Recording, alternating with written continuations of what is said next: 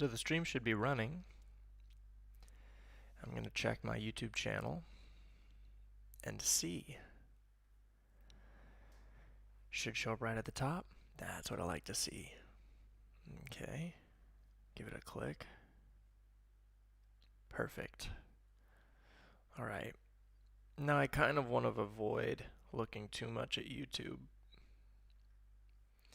So, I'll leave it there for the chat, just in case. I'm going to switch it up. So it's a new setup, and I've got everything ready to go. I can show you what my GarageBand looks like. This is how you're hearing everything that gets played.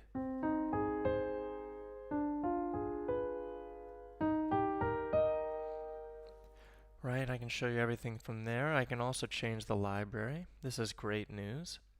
The sound sample, right? I've also got the view of my hands. I can actually show you how to play what I'm showing you how to play.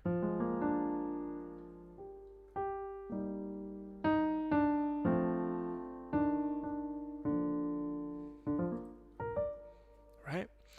And this is a favorite. I've got MuseScore here, which means I can show you what it sounds like, how I'm showing you how I'm playing it for you. I can show you what my hand looks like, and I can show you how to write it.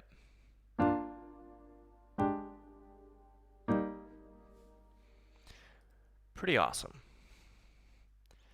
So in the spirit of a few of my favorite progressions, that's certainly one of them, but that's not exactly the best one to start with, especially if I'm trying to make this in any way educational. So I'm going to start with an easier one.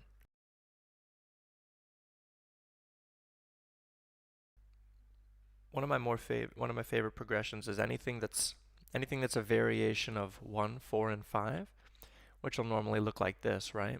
Let's say we're in B flat major. Let's not say that. Let's say we're in C major. You know, if I'm playing my 1, 4, 5, 1, it'll be C, F, G, back to C. Any sort of variation of that I really like. Let's put, where are they? Let's put bar lines there. For example, let me think.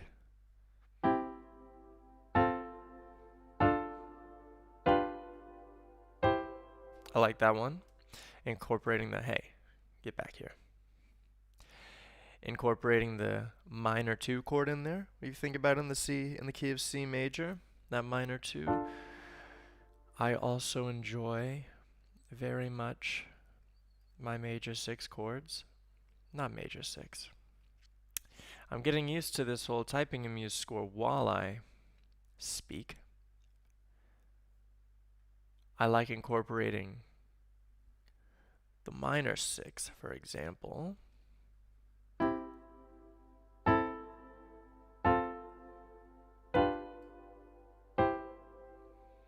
That minor 6 being this A minor here. I don't think you can hear MuseScore's sound, which is good, because the MIDI quality of MuseScore is absolutely awful. You're hearing GarageBand, and that's how it should be. As for how to play these progressions, most of them actually have a set fingering. If you're looking at this one from the beginning, for example, just this basic C, F, G, back to C. There's actually 2 options I really like. I'll show you both of them, because I can. Piano cam. Right, so if you've got, every time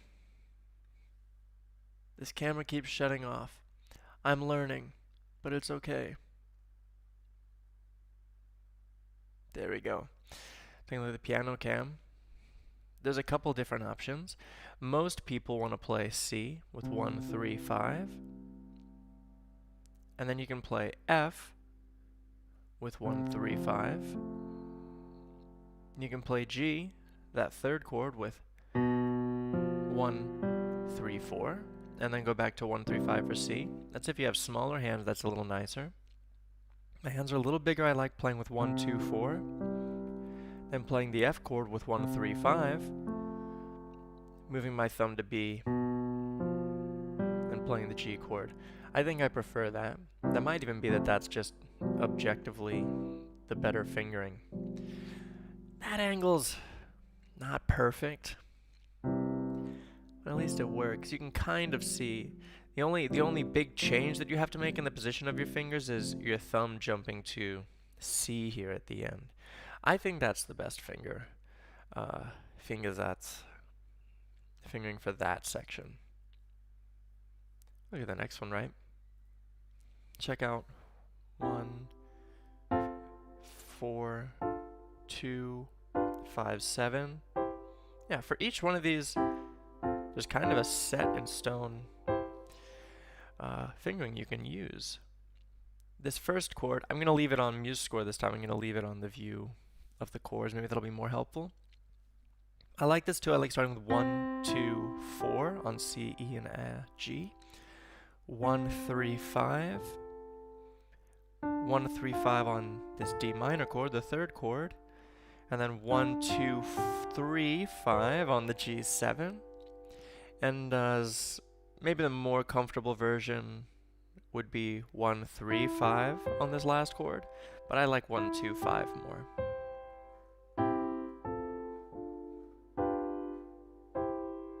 Alright, take a look at this last one here. I think there'll also be a very nice, yeah, it's almost the exact same thing, right? Start with 1, 2, 4, except instead of playing with 1, 3, 5 on the next chord, you'll end up just playing with 1, 2, 5. Your second finger stays on E, then 1, 3, 5, 1, 2, 3, 5 for this G7, the penultimate chord, and then 1, 2, 5, or 1, 3, 5 for the C at the end. There's a very set in stone group of fingers you can use. And it's just so comfortable. But it goes without saying for most people that know me, both on the internet, I suppose, and in real life, that one of my absolute favorite chords is the one that Chopin uses in just about everything he ever wrote, which is this 5-7 chord with a 13th added in. If you're playing C, for example, let's play C, F, G, C, right? Chopin loved to play, let's say we're in C major, right? You're playing G major. He'll drop the G here to the 7th. He'll keep the B in the middle. He'll play E on top. That E is the 13th note of the G major scale. That's why it's an F5-7 with 13. And he'll resolve it to C in the first inversion in this case. Sounds like this.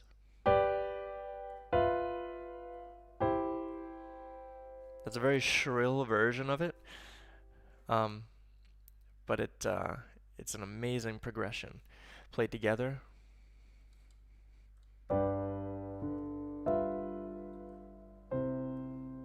It's awesome. I think it belongs in everything. I put it in some of the stuff I write too, which feels like I'm ripping off Chopin, but whenever I bring this up, no one seems to recognize or admit that Chopin uses this in everything he ever wrote, so that's a benefit to me. I don't get in trouble for stealing Chopin's ideas because no one seems to think he uses this chord. Even though the ballade, you listen to the ballade, he does it right from the beginning. It's all over the place. It's another favorite progression. What's another progression I really like?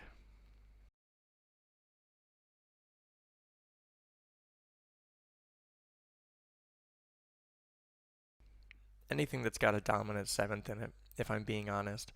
It's a very satisfying relationship. Or an applied chord. Not a dominant 7th. An applied chord is what I meant. Like if you're in C major, and you immediately play a D7 to G. I love that. Let's say you wanted to go to A minor. That's another really nice one. C, E7, A minor. That one's nice. How about, what's one I don't do that often? C. I'm going to do C, F7 to B flat. Never tried it. Sure, I have. That one's not as exciting. That one's not as fun. But they're good. Another apply chord. Really strange one. Maybe C, B7, E minor. Let's give it a try. That was pretty cool. I don't use that one all that much, but that was satisfying. What's one we haven't done? What resolves to... I mean, there's just doing C, adding the 7th as the applied chord. You can kind of do that one to infinity and beyond, right? You can just keep adding 7ths.